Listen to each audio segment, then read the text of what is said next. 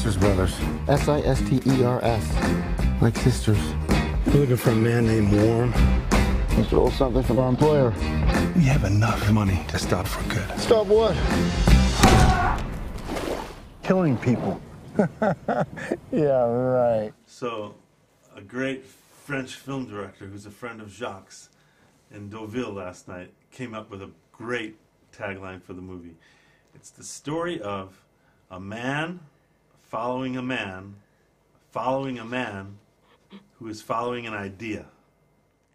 The story is based on this book called The Sisters Brothers, and if you read the book, I think that there's a real kind of unique way of viewing the characters and the dynamic between the two brothers in that book.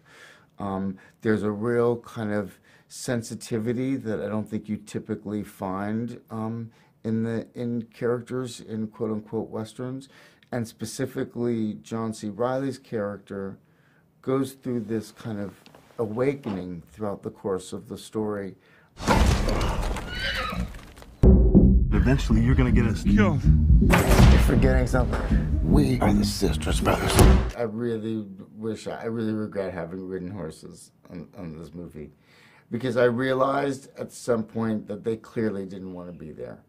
It's when I rode when I was very young as a kid, and I realized, I said, I don't want to do this fucking horse. I just want to ride, and I didn't really consider it.